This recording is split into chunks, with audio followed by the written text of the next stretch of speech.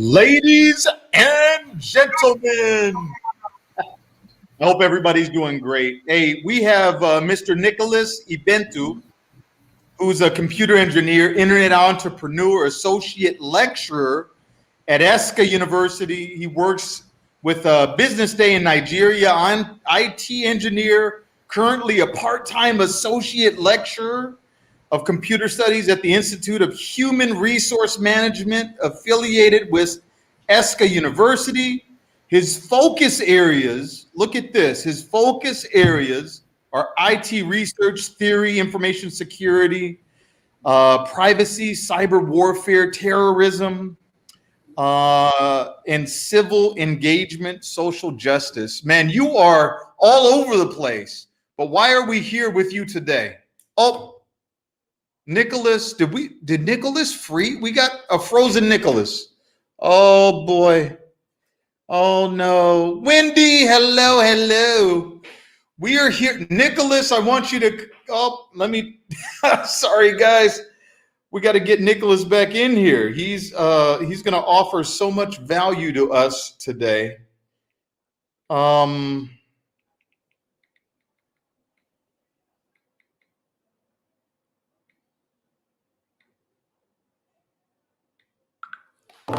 He's going to offer so much cybersecurity value today, and I was really interested in talking with Nicholas because he lives in Nigeria, and we know that a lot of scams, a lot of fraud comes from the country. It's just kind of the truth. There's a lot of Nigerian scammers, but he wants to put that to bed. He wants to actually tell you guys some inside stuff, right? Some inside stuff about Nigerian scamming in Nigeria, and then how to keep yourself from being a victim of scams, And so put in the comments if you've ever gotten one of those messages. Hey, how are you? Hey, you know what? I'm a Nigerian prince. I have a lot of money that I got to move. I just need your bank account to move the money to. And you know what? Once you give me my cut of my money, we're going to give you a couple million of that because I have 300 million. What's two for me? Has anyone? Oh, Wendy, you got scammed? Oh my goodness, I want to hear your scam story. Wendy, if I give you the link, can you come in and tell us your scam story? If you're willing to come online right now, I'm willing to put you on so you can share your scam story. Put in the comment if you want to come on right this second. I'll send you the link right this second so you can come on, share your story, and and educate some other people, because the truth is it happens. It happens. I get these messages constantly saying, "Hey, did you see your name on this gift thing? Did you see that you won $200,000?" I go, "Oh, really?" And I'll mess with the scammers. I will reply back. I will mess with them. I remember keeping one guy going for about a week, maybe 5 days. Wendy, put in the comment if you want to come on. I'll send you the link to come on. Wait, and I will. Okay. I'm going to grab the link and send it. So look, I kept this guy going for so long that, he says, you have to go get an Amazon scratch card, right? And when you get the scratch card, it has to be for $100 because that's what I need to transfer the money. And when I get the scratch card, I will forward you your money, your part, right? Some $500 or something crazy. And so I went and got online just a scratch card, an Amazon scratch card, a photocopy, and I said, "Is this the right one?" Unscratched. And he says, "Yes, this is the right one, but you have to scratch it and give me the numbers." And I scratched part of the numbers, I found a photo of a scratch card, and it was part of the numbers that were scratched off. And if you just Google search, you can find out. So I sent that to him, and he's like, "No, I need all of it." And I said, "Oh, I don't know how. That's it." And he's, "No, you have to scratch all of it." And I kept this guy going. Oh gosh, you guys, I kept him going for about a week, 5 days or so. And I usually do that to any of them. If I have some time on my hands and they're trying to scam me, I'll mess with them. I'll mess with them big time. But looks like we got Nicolas back in here, and then Wendy, I sent you the link, so Wendy's gonna come. Nicolas, you on with us, brother? Oh, I'm sorry. I'm so sorry, please. My apologies. That's okay. That's all right. I was telling a story about what happened to me from a scammer. I don't know where he was from, or she. I don't know, but I was telling a story about. They told me go get an Amazon scratch card, and Nikos. Oh, no nosmo. So I got a scratch card, a copy of a scratch card from online, Nicolas, and gave it to him. And it was just part of it scratched, and then the other time it was the whole thing scratched. He says it doesn't work. Oh man, I kept him going, and it was funny. It was funny, man. So okay, so Wendy, one of my friends, said that she was scammed. So I said, okay, we're going to invite her on and have her talk about her experience. And I was trying to use that to kill some time, but you're back. But that's okay. We're going to do both. We're going to talk with you, and then we're going to talk with Wendy. But Nicolas, tell me, man, tell me something. You came to me and you said, Dave, I really want to spread the word. I really want to talk about this, right? Yes. Why? Okay. One of the things that, a criminal does is that, they're always, hungry for your social security number, your national identity card numbers, your place and date of birth, like your mother's name, other details that can actually personally identify who you are. So they go on and on, to siphon information from, data breaches, from the dark web, and public sources, such as social media sites like your Facebook, your WhatsApp, your Instagram, and employees directory as well. So they use stuff like subterfuge, to get those informations from you.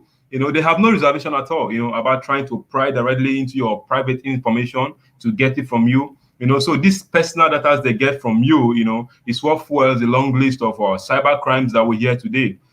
So for instance, there are few methods, mostly used by, these scammers, to fool their victims to perpetrate these fraudulent activities. And it ranges from so many kinds, like the spoofing attack, where they can spoof your, email, spoof your, addresses and the rest of that, and phishing attack as well. Fake profiles, fake photos of individuals, then fake entities, fake claims, fake names, credentials, and badge numbers. And they use stuff like computer purpose as well, what is called robocalls, where they can call you, claiming that they are from your bank and that and this, They use stuff like lead lists, secrecy, and persuasions. And after all this is, Nicolas, say that last part I want you to slow down your speech just a little bit, because everybody's not from Nigeria. I want everyone to really understand what you're saying. So slow down your speech just a little bit and tell me, what was the last part? The last part is like they use stuff like lead lists, and robocalls to persuasions, to ultimately get this information from you. They try as much as they can to get this personal information from you, with your name, with your phone number, whichever way, with your parents' name, your parents' date of birth, whichever way they can actually identify who you are. Then from there, these information they get from the victims are what make them, to perpetrate this attack. It makes. Oh no, Nicolas, you there? I think Nicolas is having some cyber issues of his own today. Oh no. I'm really looking forward to this talk, you guys. I really, really, really am. I really am. So I apologize to everybody trying to get something out of here. Bear with us. Bear with us. I'm texting Nicolas again, and I'm sure I can find another story because I have nothing but stories. So, what's another cyber crime story? What is another one? I get a lot of girls trying to cybercrime me. You know, they'll follow me here on Instagram. You know, do you want a sugar baby? Blah blah blah. That type of stuff. What else, man? I'm always I'm always getting these messages, and I'm trying to think of a specific incidents when I'm trying to mess with these scammers, because I do it often.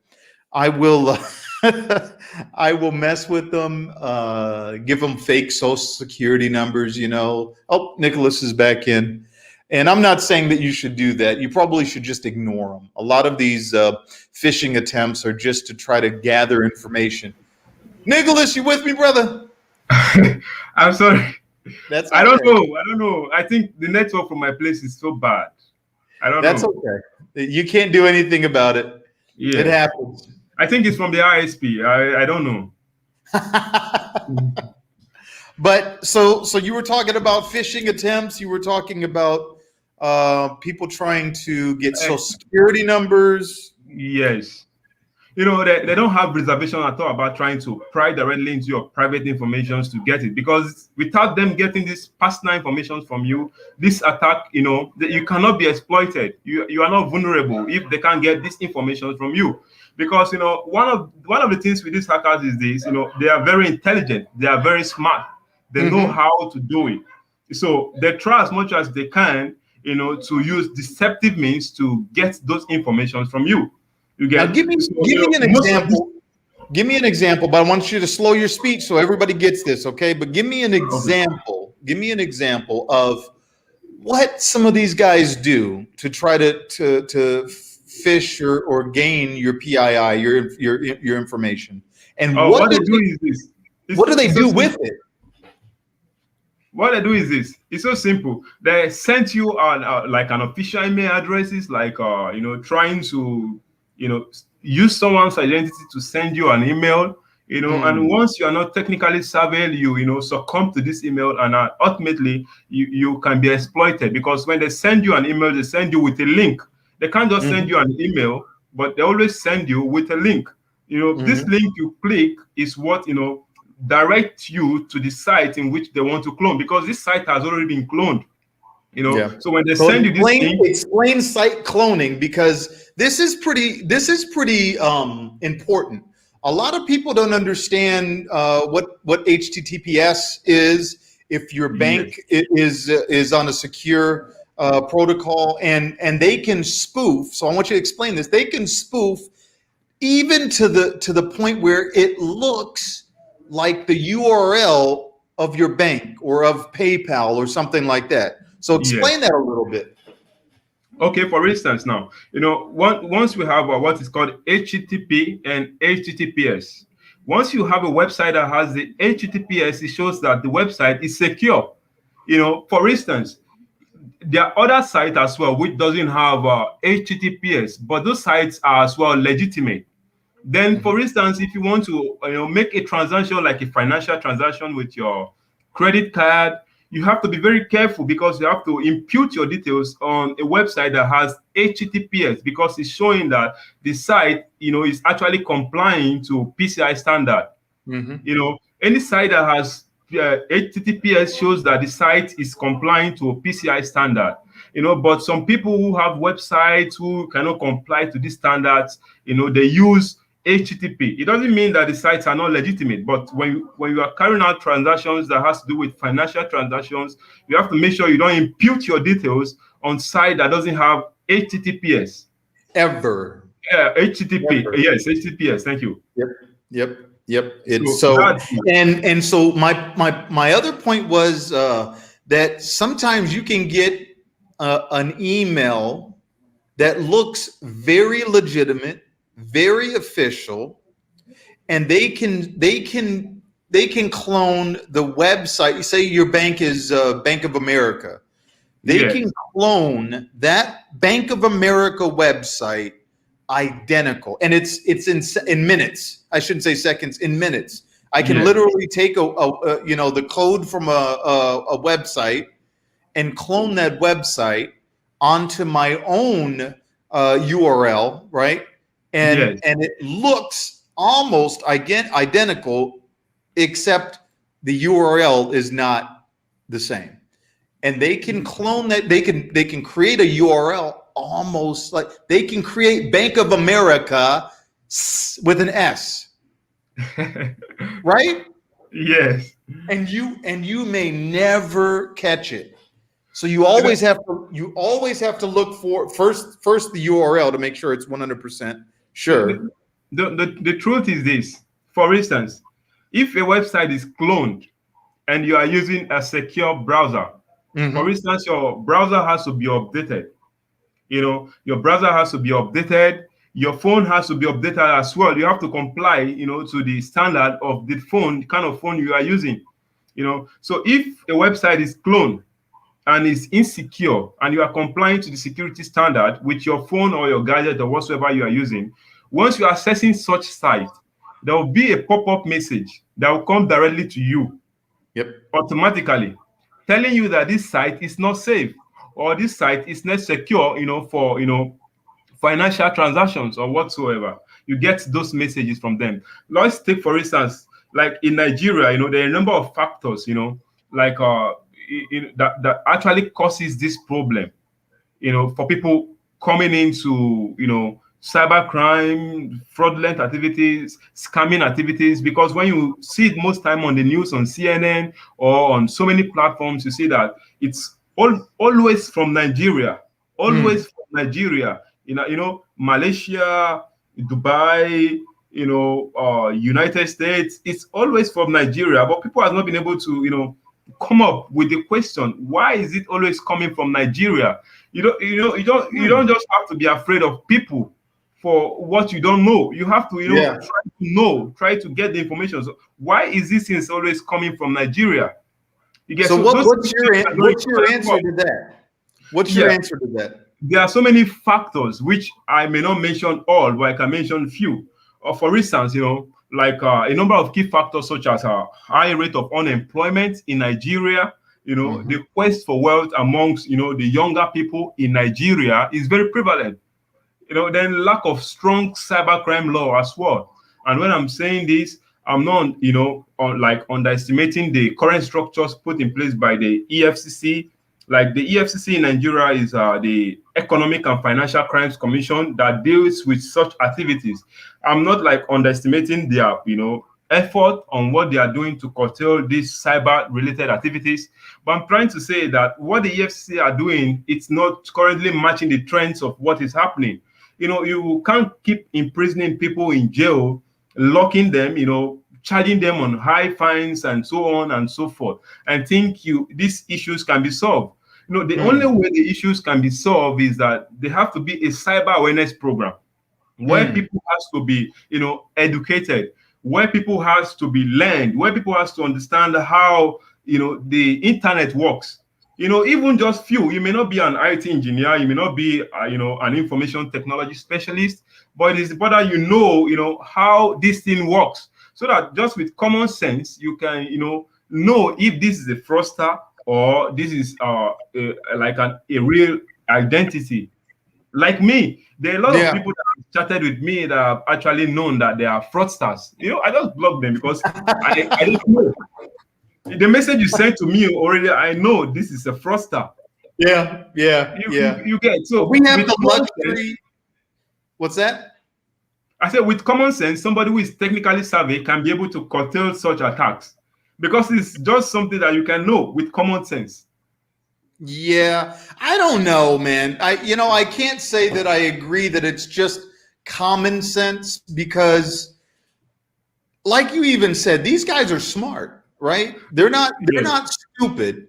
And when you're fighting cybercrime or network vulnerabilities, you're always fighting against. You're not. It's very hard to be proactive, right? It's very hard. Let me. You know what? Let's switch gears just a little bit because Wendy is here and she's going to talk about her experience with us. All right. Oh, okay, no problem. That's fine. Wendy, are you there? Yep, I'm here.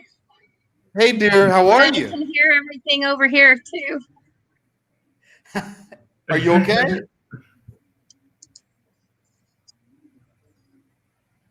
Wendy? Hi. Yes, Hi. I'm here. How are you? I'm doing pretty good. Yeah, I'm doing Good. pretty good. I can't really see what's going on, but You okay. you have your camera off. Okay, so let's see. All right. Let's see. All right. Save. And how do I turn my camera on? Start camera. Okay, start. Okay. Stop camera. I don't know. It's not. I don't know It's how not to Yeah, like. just start camera. Start camera. Yeah. Okay. It looks like something All right. is So I'll just preventing you from starting it, but that's all right. We can hear you. Talk to us. okay. What's your So this is experience? okay. So a few years back, I had a man come to me on Facebook that said he needed help because his son was being taken care of by a caregiver in Nigeria. And he said that he was in the armed forces and he didn't have access to his bank account. He was working with the United Nations. And the caregiver was going to put his son out on the street because he hadn't been paid in several months. And so I was trying to help his son stay safe. So I sent money over there. And then he said that he had a friend. After that, he said he had a friend that had access to his account and could deposit the money into my account if I could forward it on to him. And I said, okay. So I let him do a wire transfer into my account. The bank said to wait 3 days. I waited the 3 days and then I forwarded the money on to him.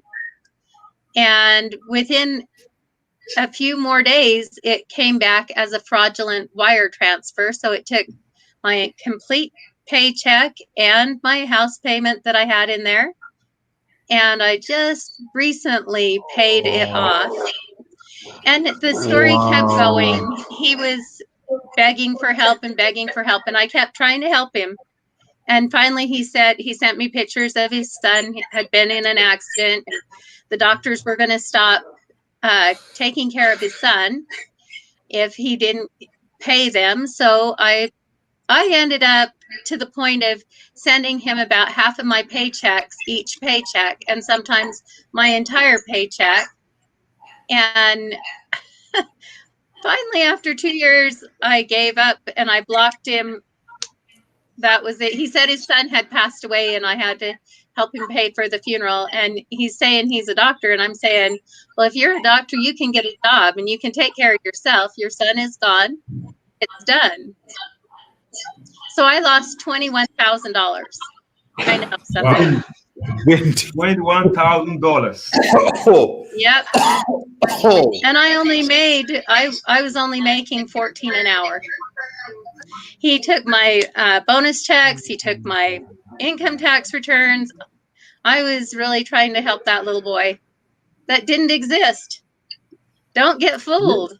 You're a bleeding heart. You just love people and you want to see people okay at any expense. Am I wrong? Yeah. You're not wrong. I would rather lose everything than to have one child suffer. You know, my mom, you know, I had a little daycare boy that, and this is a little off subject, but it's an example of what you're saying. So I had a little daycare boy that lived next door to me that had been in a car accident. I saw the accident because sometimes I see things. I saw it Okay. a few days before it happened. And after he had passed away, he came here. His spirit was here. And it was in the front room. He was standing there and crying. And I says, Tristan, just come over here. Come lay down by me. And he came a few steps and just burst into a bunch of little lights and was gone. When I went to his wake, he was wearing the same suit that he was in when he came to my house. And my mother told me, you should never invite a spirit to come and lay down by you because those are demons. And I said, you know what? Tristan is not a demon. He's a little 2-year-old little boy. And he was scared. And I would rather invite a demon to come lay down by me than to scare a little 2-year-old, make him think that I thought of him as a demon. So yes, I would give my life for a child.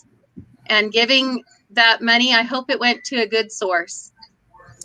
Even if he was a scammer, I hope it went for something good. Yeah. I do too.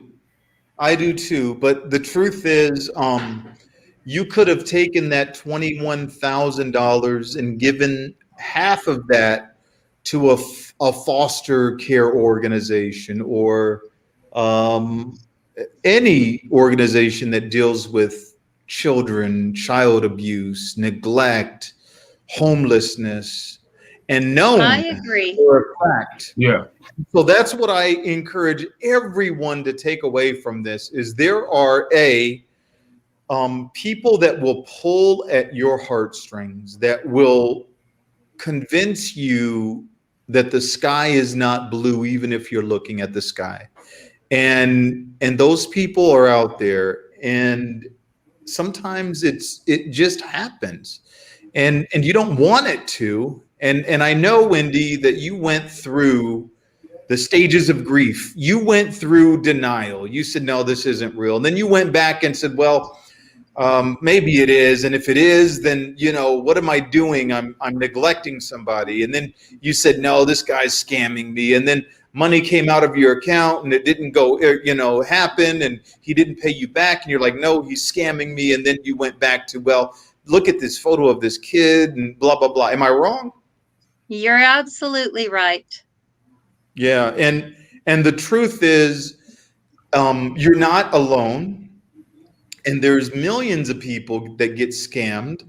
And even though I have never looked up the statistics, and maybe Nicolas can help us here, I've never looked up the statistics of scammers, what they scam people out of, how many people they scam a year. But I can tell you this, it keeps happening, so it's profitable.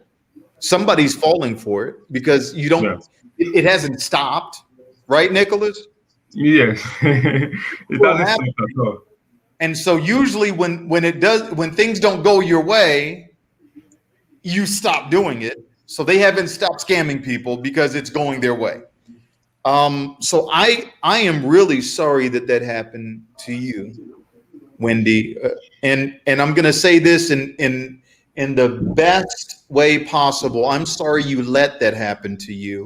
Exactly. And I'm also glad that you're sharing that right now. I wish we had 100 million people on right now so they could hear you. I want everyone to hear that message because it will resonate with people. And I know that people are getting scammed that are going to hear or see this. So I'm going to make sure I do everything in my power to get this interview with Nicolas as well as you, Wendy, out to everyone. You guys do the same because it's important. You don't want people getting scammed out of a dime, better yet, 21 grand. Well, I think that one of the biggest problems is that the people who have been scammed, I know with me, I was so embarrassed that I had been scammed. And I think that there's just not enough people willing to come forward and say, hey, this is what happened to me. I mean, I was going all over the internet to see if I could find any other stories similar to mine to try to pull myself out of this. Oh, kind of wake yeah. up a little bit. And there's Yeah. hardly anything out there. That's unfortunate. Maybe I'm gonna dedicate, not maybe, I'm gonna dedicate a couple of these with Nicholas, with some different topics, some different points to take away, and invite some other people that maybe have fallen victim. So I'm hopefully Nicholas will join me a couple other times to do this. We'll talk, and if not, then I'll do it myself. But I think it's an important topic. Wendy, thank you so much for sharing that. I appreciate you being here. And do you have any parting words? Well, I would say be careful of your heartstrings, and there's no way to prove one way or another whether the person is real or isn't real. And try to find them resources in their country. And there's no way to prove what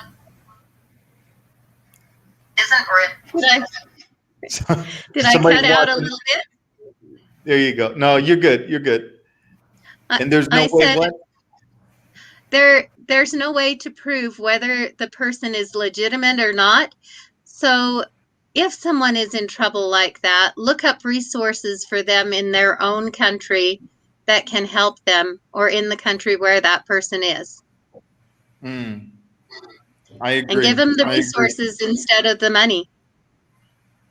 Yeah. Yeah, absolutely. If people need something, there's resources in most every country that they can at least try to get something from. Okay, thank you, Wendy. I appreciate you coming on. Huh? Thank you. I know You're that's welcome. kind of a weird story. I should have been out of it a long time before. No, it was so great. I'm so glad that you chimed in and that you were willing to share that. So glad. It's someone telling you somebody's life you just changed. Right this second. You just changed somebody's life. Okay? I hope so. You did. No hope. You did. I guarantee it. All right? Thanks, All sweetheart. right. Be good. Thank you. Ciao, ciao. You too. Now I don't know how to get out of it. I got you. I'm going to remove you. Nicholas. All right. Brother, my man. Back to you. That was an amazing share, wasn't it? That was very interesting. Wow. Yeah. All right. So I got a list of questions, right? So what are the tools, techniques fraudsters use to prepare or to perpetuate cyber attacks? All right. Well, as I earlier said before, I said criminals are always looking for ways, loopholes in which they can actually get personal information from, their victims. And one of these ways they use is they try to get your social security numbers, your date of birth, your mother's name, and other details that can personally identify who you are. So they go on and on to siphon, informations like from data breaches, from the dark web, from the public source, Instagram, like Facebook, like other social medias that can actually, identify who you are. They try as much as they can, such as like employees directory as well. They can get information from there. They use stuff like subterfuge to get information. So and they have no reservation at all about trying to pry directly into these informations from you. So this personal data they get from you is what fuels a long list of cyber crimes attack that we hear today. For instance, there are few methods mostly used by these scammers, which I earlier said, which it ranges from the spoofing methods where they spoof your email addresses and they spoof your identities, and also phishing attack as well. Then as well fake profiles. They create fake profiles, fake Facebook profiles. Because I believe what she was talking about is this: like the person who actually communicated with her at that time before she sent this money was actually using a fake profile. Because if the person was using a real profile, the issue or the case must have been investigated. So that's what they do as well. They, create fake profiles, like fake photos. They use fake photos as well, and they use fake claims. Saying, my son is sick. Like I'm arrested. My mom is sick. My mom is about dying. They use fake claims, and they use fake names. Hackers Mhm. never use their names. They always use fake names. They always use fake details. They don't use anything that's related to them at all. They have a total different identity, you know. Then they use stuff like badge numbers as well. Numbers that, you know, when you go to the internet, you can actually get a number that you can use for a particular time. You Mhm. know, those numbers are called burner numbers. You know, they actually use these numbers to scam their victims so that when the victims try to call them back, they can't reach them anymore. You know, and Yep. those numbers are, you know, cannot be traced. And you Yep. know, when you use your personal numbers to call somebody, your identity is tied to that number. So if somebody use such numbers for, you know, a fraudulent, you know, activities, that numbers can be investigated as well. So hackers don't use personal numbers, you know, to, you Yeah. know, hack their victims or try to, you know, scam their victims. They always use fake numbers. Everything about them is always fake. Even trying to make a video call with them, there's a software that actually does that. They do it fake as well. You know, so they use stuff like computer pop-ups, like most of these ads you see on your phone. Like sometimes when you are browsing, you see some, you know, adverts just come on your phone. You know, Mhm. most of these adverts are actually pop-ups that can actually, you know, try to, you know, use deceptive method to lure you to try to Yep. click something. You must Yeah. always click something. And they Yeah. use stuff like robocalls as well, where, you know, you can just receive a call and say, I'm from your bank, I want to rectify your issue and this and that, you know. And you So call don't me you, back. You call me yes. back, and that's a level. That's a level that there's a reason for that. That Yes, gives you a level of security because now you feel like the ball is in your court. You have agency. So yes, because you're calling the bank, which is yes, BS, right? You don't have. You're yes, not controlling it. It's not the. It's not the right number. And I would say that if you ever get a phone call or an email from your bank, from any institution that does financial transactions on your behalf at all, you call that number that's on the back of your card or your bank statement, or you log into your mobile app, right? Because the mobile app can't be yes. hacked. Um, And Anything with two-factor authentication, things like that. yes, Uh, and don't always click the link that is always sent to you. Never, If never. they sent a link to you that, okay, this is actually a bank, you know, stop, you know, try to fill in some details and that, they're actually trying to spoof you. So go Yeah, directly to the website and click, you know, the link directly to that website. Don't click the link that is always sent to you. You know, that's never. another way of preventing this thing as well. You know, Yep. so they always use different methods such as deceptive, you know, secrecy and persuasions. You know, so under after all this is gotten, and that is when, you know, the attack is now, you know, ready for, you know, exploitation, because then you are now vulnerable for attack. Because Mm-hmm. once those informations are gotten from you, then you are vulnerable for attack. That's Yeah, how it works. yeah. So let's talk a little bit about Nigeria. So enabling factors that are critical there. Um, Talk about that. Oh, well, like in Nigeria, for instance, there are a number of key factors which I may not mention all, but few, you know, Mm. such as high rate of unemployment, you know, Mm-hmm. the quest among wealth among younger generations is very prevalent, not only in Nigeria, you know, even in Africa, in the world as well. But, you know, when we talk about, you know, being prevalent, we have to look at the percentage, the Yeah, statistics, you know, so yeah. the quest to become rich, you know, in Africa, in the West African region, many youths are always, you know, inquisitive. They want to become so rich. So they try all method, you know, and also we look at us like lack of cybercrime laws. And when I say this, I'm not trying to undermine, you know, the effort of the EFCC, because the Mm-hmm. EFCC are the one who have been in forefront, you know, in combating what is cybercrime and fraudulent related activities. You know, they are trying as well. What I'm saying about them is this: most of the things they do is that they, you know, when these fraudsters are arrested, you know, when the issues are investigated, the ultimate they can do is to like charge them to court and, you know, fine them like 1 million, you know, 2 million, depending on, you know, how much that, you know, your case is, you know. So they like ask you to pay, this is the money you have to pay, and you are in prison for it. They keep doing that from time to time. But I'm always saying that all these things cannot actually solve the problem. There has to be a cyber awareness programs where Yeah. people can as well be educated. Because when you are educated, when you know about it, or you know a little about it, like what I'm saying now, when they send you a link or they tell you my son is sick or my dad or this or my mom, you should be able to know. What comes to your mind first of all is that, is this a scammer? Because now your brain should be able to tell you, because of the things that is happening today. The internet now has the highest percentage of crime. That is where the crime comes from.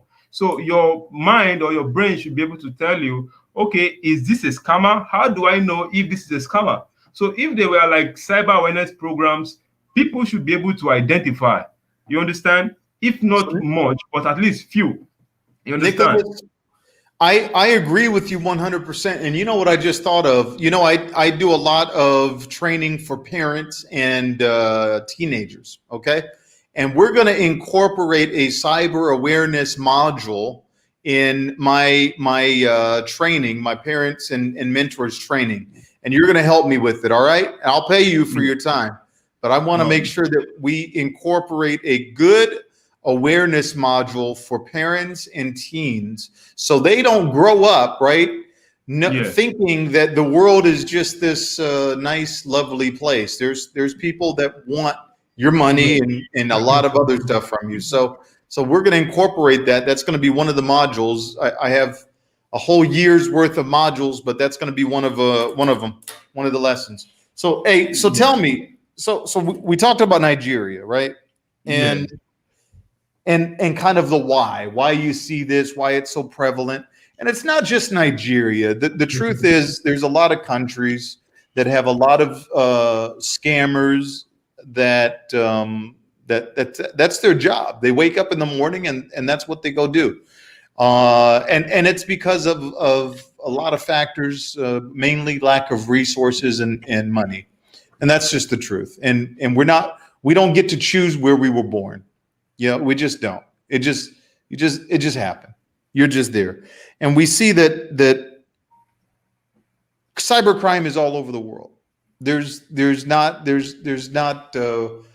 one country that is not affected by it or impacted by it. Maybe China, because everything is so closed. I don't know what cybercrime is like in China. Do you? Well, for instance, I will start from Nigeria, then I will have to look at the measures that it's been taken in other countries to curtail these crimes, that other people and individuals as well can be able to like imitate or like emulate, so that they can curtail this crime. Like for instance, in Nigeria, like the estimate annual financial loss due to cybercrime was estimated, I think about 2017, to be 250 billion nairas, which is equivalent to $649 million. That was in 2017 alone. $650 million. $649 million. Yeah, I'm rounding up. But yes, wow. In 2017 alone. Wow. Yes. And in 2018, the loss was about 288 billion naira, which is equivalent to $800 million. You can imagine. Wow. So cybercrime destroyed almost the reputation of many youths, even in Nigeria, as well as making the business environment very difficult for startups and small scale enterprises. And also it discourages investment as well, foreign investment. People want to come and invest in Nigeria, or for instance, you want to invest through somebody in Nigeria. What comes to your mind first of all is that is this person not a scammer? I'm afraid I don't have to do that. I don't have to do that. Nigerians always have problems with scammers, so you always, it discourages you. You don't come to invest anymore in the country because you already know that fraudulent activities, scamming activities is now prevalent. You get. But there are many initiatives employed by different other countries to combat this crime, even in the United States, even in China. But I'm going to talk about an initiative that was set up by the Singaporean police, which I think Nigerian can, of course, emulate. But one of Really? the yes, but one of the problem of Nigeria, I think, is this: Nigeria is always emulating primitive policies.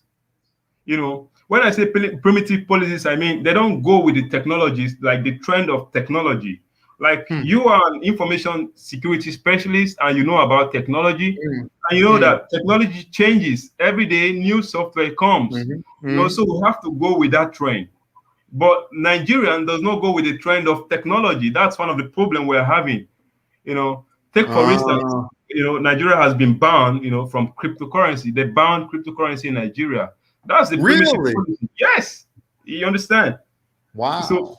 that's a primitive policy as well. And so when I talk about the measures put in place by the Singaporean police, like what they do is they set up an anti-scam policy, which was set up in collaboration with three major banks in Singapore.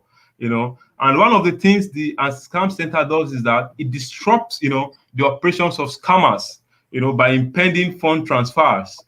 So and in just 2 months alone, they received about 1,047 cases in which victims had lost, a total amount of $2.4 million. But the What? center In managed two to months? freeze. Yes, yes, that's what they did. Wow. So the center managed to freeze 815 bank accounts, and they Mhm. recovered 5% of the amount.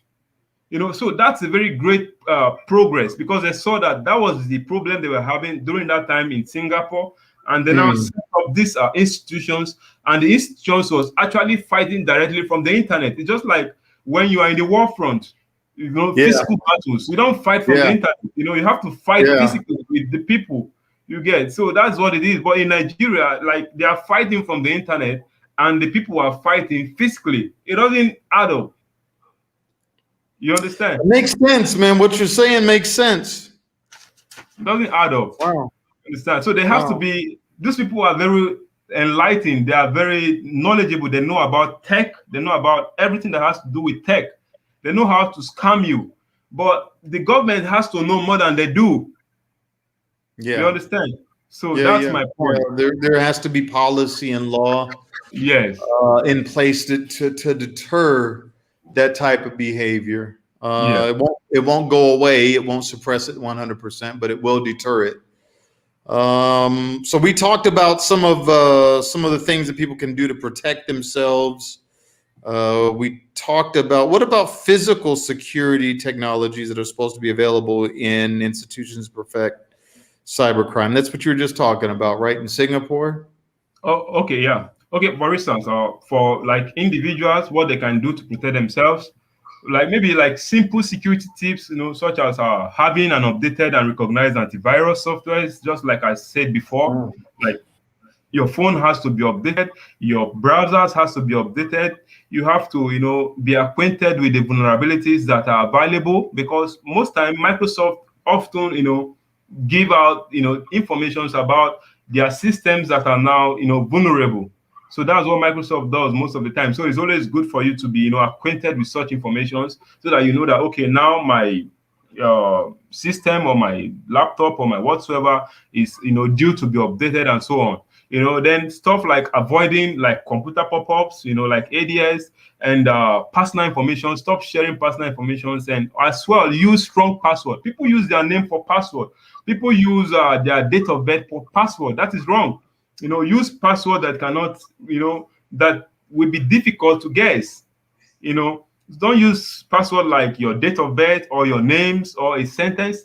Use a strong password that has to do with characters, figures, and so on. Then ignoring mails and as well, and calls requiring financial, information, as I've said. Then etc. So this can go a long way in preventing security breaches as well, and scamming activities.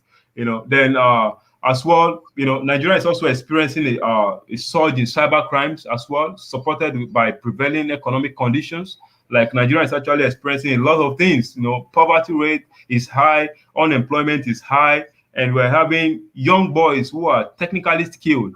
And most of these people who are skilled are the young generations, and they tend to use this skill negatively. For instance, this is the skill I have. I do have the skill as well. But you can see I'm actually trying to advocate against it. But there are many people who will not do what I'm doing. You get so Yeah, that yeah, I bet. as well. So there have to be a provision of employment among the younger generations, and the government has to do that as well. And the quest for quick wealth, which I mentioned before, are two major factors, which are the contributors, to cyber crime, cyber related activities in Nigeria. So this threat as well poses a great risk, which can only be eliminated through cyber awareness program, as I said, and through strict enforcement of cybercrime laws. So provisions of our lucrative environment as well in the economy, then information sharing, etc., can Yeah. help.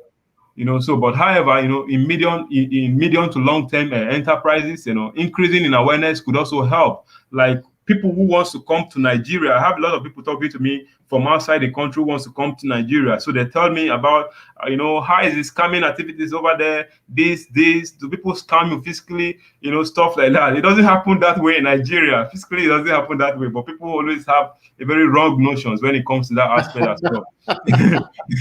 No, it doesn't happen like that. When you look at the killings in Nigeria, people say, oh, everywhere in Nigeria is bloody. They are killing terrorists. No, it doesn't happen that way. They actually places that this happens. You understand? So that's Yeah, it. yeah, yeah. Nigeria is not Congo. Congo is kind of dangerous. Oh, your video went out. Oh, I'm calling. Sorry.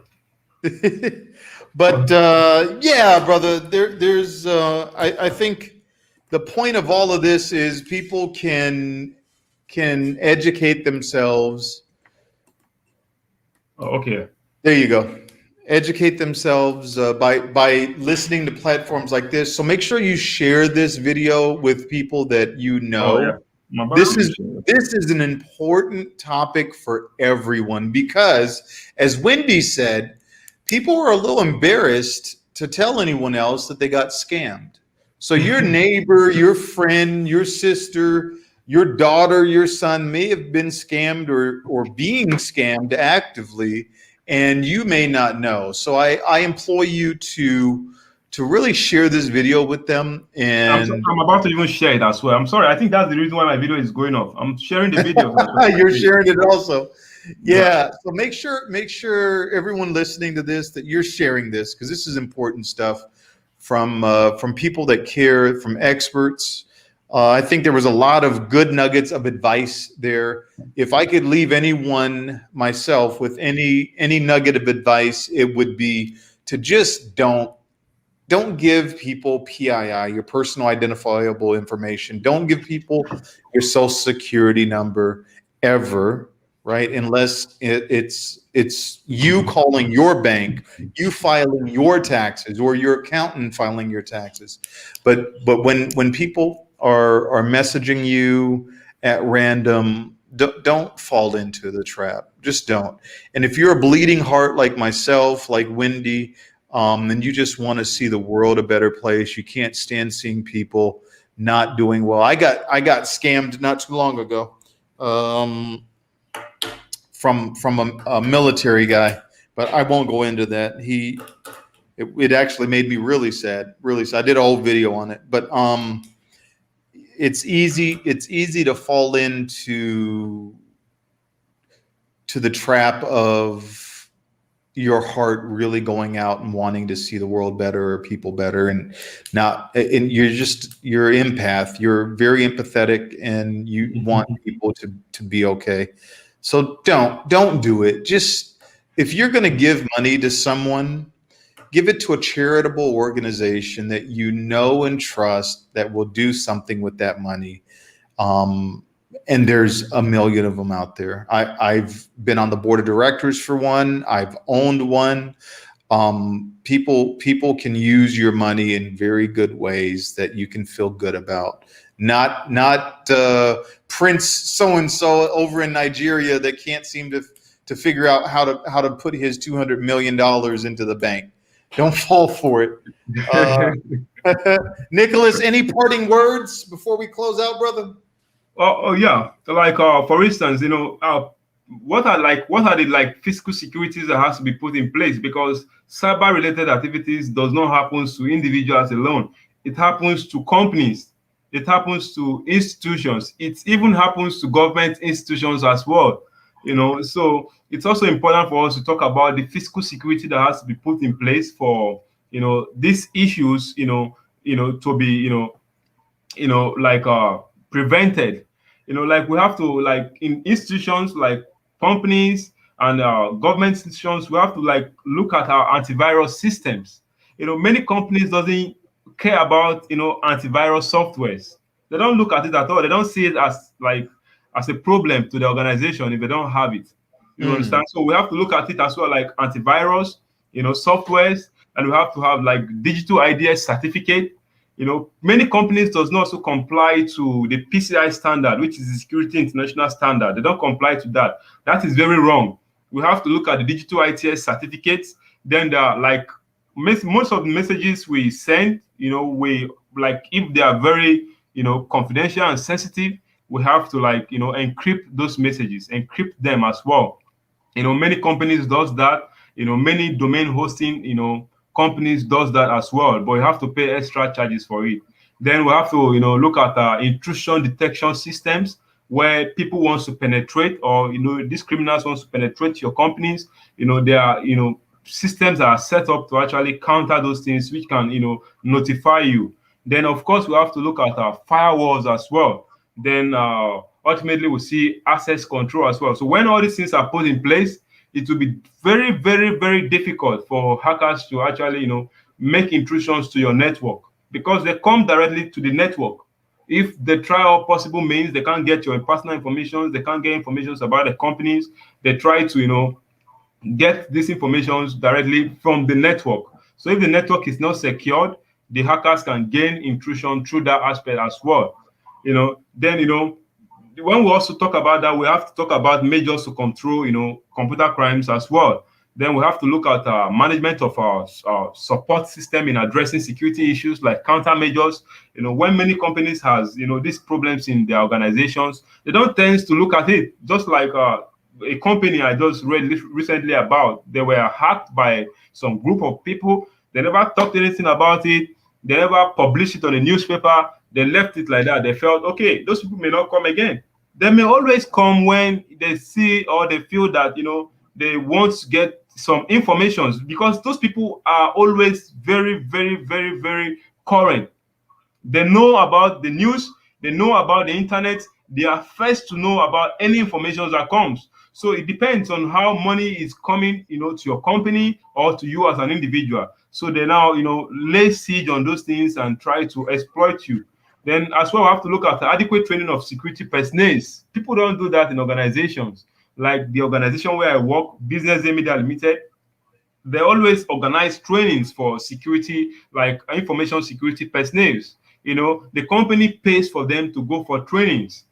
So when they go for trainings, then they become aware of the latest trends in technology. If, for instance, I leave IT for 2 weeks, I'm going to be outdated. That's Yeah. it. I'm going to be Yeah. outdated. I may not know anything about, I may just know the ones that I know before, which is now outdated. You understand? So organization also has to, organize trainings for them, send them for programs and courses for them to learn. Then, adequate training of IT personnel, then accurately prioritizing information security against other business needs. Those are very important. People don't prioritize, security before business, because if you prioritize, the business before security, and you put your business in place, those criminals will come, and they'll take all the things that you have labored for many years. You Yeah. understand? So Yeah. those one as well are very important. Then keeping up to date with the changes of technology, as I said earlier. So those are Yeah. the things. Yeah, I agree, man. Those are great key points. I would say that if you own a business, a small business, and you are scaling up, that you definitely need to hire an IT consultant, even if it's Yeah. just once a month he or she comes in To and check. does a check, make sure that everything is up to date. Those things are extremely important, extremely important. um yeah, and just keeping good sense. Good sense. Anyways, we'll close out. We don't want to be over an hour or so. I could go for 2 hours if I really wanted to here with you, brother. We're gonna do this again. All right, Nicholas, we're gonna do this again. You down? Yeah. You good to I do it agree with again? you. All I right. agree with you. All right. So I hope Oh, my man. I hope that provided a tremendous amount of value to everyone, and that that it resonated with a lot of people. Nicholas's background in IT security, Wendy's experience with a scammer, and Wendy asked me what was my experience. I'll share it our next time. I'll share it our next time. I did a whole video on my experience, but. Where I got scammed. It wasn't really a scam, but I got scammed a little bit. Anyways, I love you guys. Nicholas, thanks for being here, brother. I really appreciate you. Thank you very much for having me. I appreciate it. My pleasure. Take care, everybody. Ciao, Yeah, ciao. you too. Yeah.